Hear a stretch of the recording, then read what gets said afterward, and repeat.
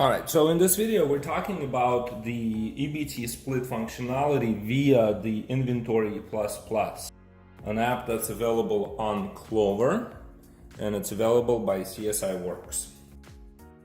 So what I want to focus in on this scenario is that when you have a customer that comes in, that customer very well may be the one that pays with the EBT, or that same customer very well may be the customer that pays with cash.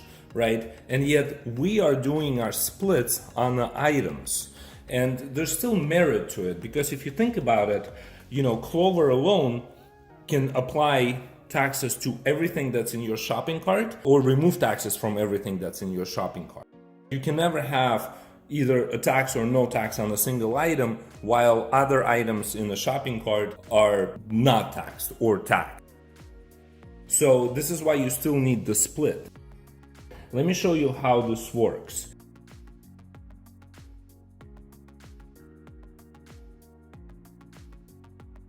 I'm gonna go here.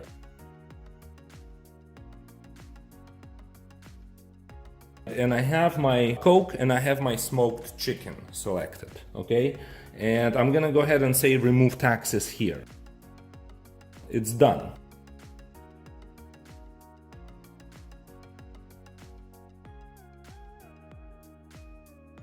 Let me just show you how I actually have my taxes configured for inventory for the chicken and the Coke. So here's my Coke, and Coke by default has a tax. There it is, right? But when it's EBT, no tax. And then smoked chicken has no taxes by default, okay? And so that's kind of how that's set up.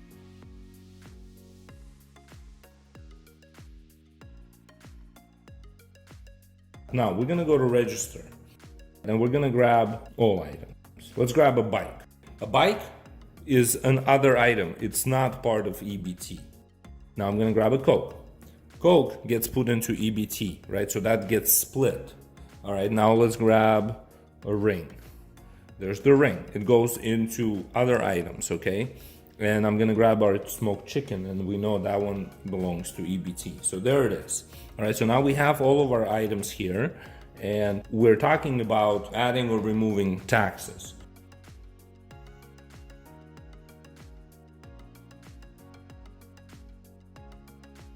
So if I go here, if this is indeed an EBT payment situation, then we're good. We just go to split by guest. We grab our EBT items and we are ready to proceed with EBT payment. Okay? If this is indeed not an EBT payment situation, we can get to our pay full amount, right? And right here on other tenders, we have the split EBT items. Because this is not an EBT situation, taxes have to get back to where they are.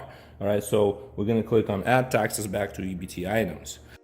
And now we have our taxes, and really the only thing that was taxable there was the Coke. If I go back, you'd see that is indeed what we charged, $2 Coke and the 20 cents for that. And so that is still faster, because say you don't have the EBT split and you're using this add remove taxes, this thing does taxes to everything, okay, not just to the item that's specific to EBT. So this flow is still a better one. Basically, this is kind of how you want to approach it. If you are dealing with an EBT, you go to split by guest, there's your EBT, taxes are addressed. If you're not dealing with EBT, all you have to do, the extra step, is you click on this button and you add the taxes back, or you remove the taxes. If they say, oh no, I found my EBT card, you know what, I want to pay with EBT. Okay, no problem, you can put it back. And so I believe this is the best that can be done, given how the nature of the integrated payment option, that it's inside the Clover device, not a separate device. Okay?